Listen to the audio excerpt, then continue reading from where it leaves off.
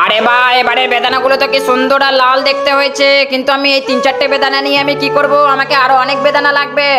আরে চিঙ্কু দাদা, তুমি যে বেদানাগুলো পেরেছো ওর মধ্যে দেখবে বেদানার অনেক দানা আছে, ওইগুলো নিয়ে তুমি গাছ করে নাও, দেখবে 5-6 বছরের মধ্যে তোমার গাছ দেখবে অনেক তাড়াতাড়ি বড় হয়ে যাবে। আরে না, আমি এত বছর ওয়েট করতে পারবো না, আমাকে খুব শীঘ্রই তাড়াতাড়ি আমাকে বেদানা করতে হবে।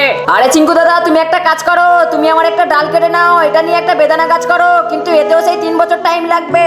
আরে না, এত বছর সময় নেওয়া যাবে না, আমাকে শীঘ্রই খুব তাড়াতাড়ি বেদানা করতে হবে, দেখি কি করা যায়। আরে চিঙ্কু দাদা, তুমি আমার ডালের সাথে এটা কি করছো? আরে তুই ভয় পাস না, তুই আমার মতে বলছে যে তোর গাছ থেকে যদি আমি একটা ডাল কেটে মাটির মধ্যে বসিয়ে দিই, এটা আমার আগের বছরেই বেদানা হবে। এবার আমি এখান থেকে শেকড় বের হওয়ার অপেক্ষাতে রয়েছি আমি।